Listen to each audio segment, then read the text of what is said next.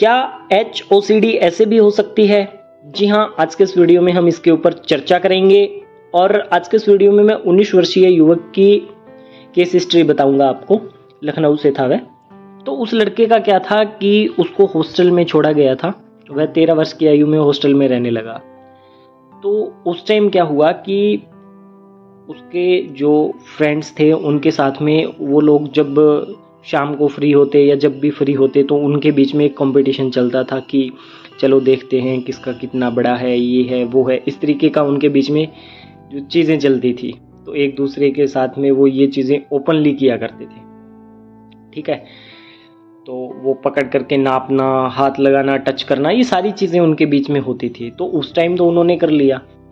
अब धीरे धीरे जब वह 19 वर्ष की आयु में पहुंच गए तो उनको इस चीज़ में आभास हुआ कि कहीं मैं ऐसा तो नहीं हूँ, क्योंकि वो डाउट क्रिएट होने लगा।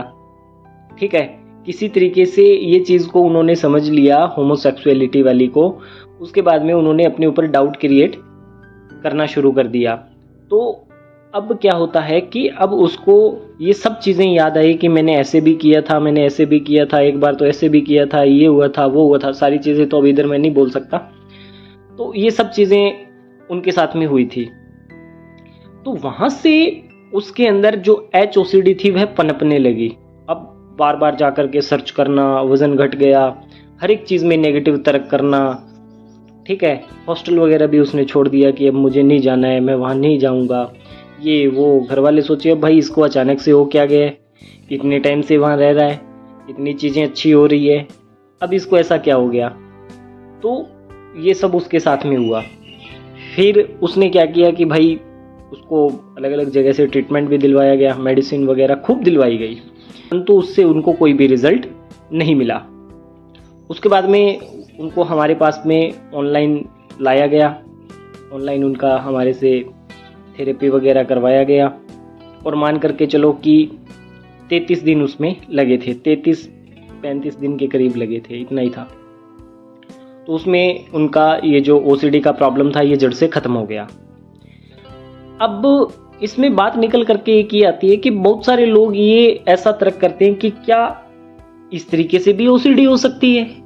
हाँ, हो सकती है, इसमें भी OCD हो सकती है, क्योंकि उसने जो एज ए क्यूरियोसिटी कह लो आप, या अज्ञानतावश कह लो, या कोई भी चीज़ कह लो, 12-13 साल की उम्र में इन चीज़ों का उनको ज्ञान तो था नहीं। तो उन्होंने तो अपने हिसाब से जो समझ में आया वो कर लिया।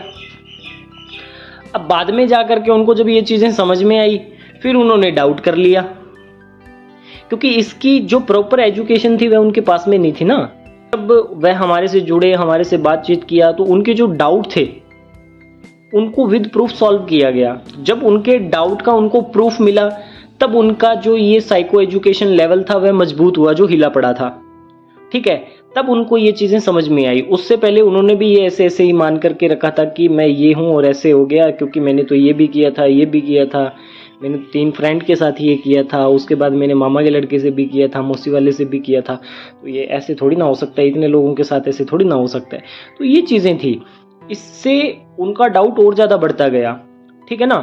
तो इस बात को समझना है कि इस तरीके से भी आपको OCD हो सकती है। अगर आपने ऐसा कुछ भी किया है तो उसमें भी डरने घबराने की ज़रूरत नहीं है, क्योंकि ये तो आपका पास्ट का एक्सपीरियंस है ना, जिसको आप वर्तमान में डाल करके अपने ऊपर डाउट क्रिएट कर रहे हो। ठीक है, और OCD के माइंड से आप इससे नेगेटिव तर्क भी करवा रहे हो। तो आपका तो जो बनता है ना अभी, सिर्फ और सिर्फ डाउट ही बनता है कि हाँ भाई ये मेरा डाउट है। ठीक है, इसके बाद में उन्हें कुछ हिडन टेक्निक्स वगैरह करवाई गई, कुछ प्रैक्टिकल एक्सपोजर होता है जो इधर तो नहीं बोलेंगे, वो सब उनको करवाया जाता है।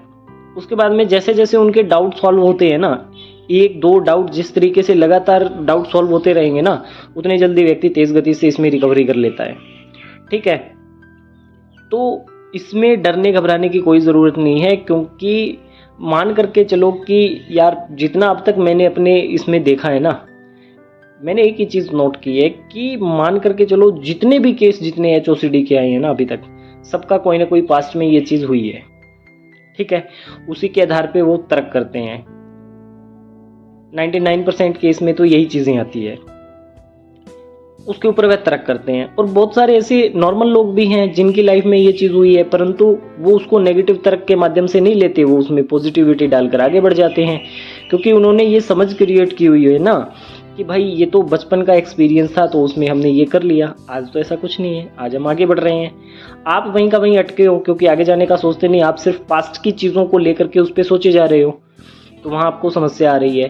तो मैं तो यही कहता हूँ कि जितने लोगों को भी इस तरीके की कोई भी प्रॉब्लम है ना, तो एक्सपर्ट के गाइडेंस में प्रैक्टिस करिए, आप खुद से उलझने की कोशिश मत करिए। और बहुत सारे लोग गूगल यूट्यूब से इसको ऐसा सर्च कर करके इसको ठीक करना चाहते हैं, तो ये भी एक समस्या है।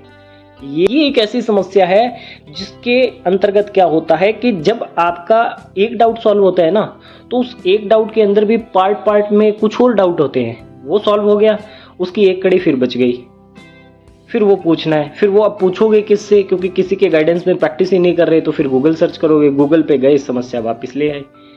ये इसलिए बोलता हूँ कि किसी के गाइडेंस में प्रैक्टिस करो, अपने जितने डाउट हैं उनसे सॉल्व करवाओ, ठीक है। जो नेगेटिव तर्क आपका माइंड कर रहा है उसको विद प्रूफ वह क्लियर करके देंगे, और यही सबसे बड़ी राहत होगी आपकी। तो मेरा आज के इस वीडियो में बताने का उद्देश्य यही है कि आप जितना जल्दी हो सकता है एक्शन लीजिए, इस समस्या से बाहर निकलिए। जीवन बहुत खूबसूरत है, इसको खुल करके जिए, आनंद पूर्वक जिए। आज के इस वीडियो में इतना ही। धन्यवाद।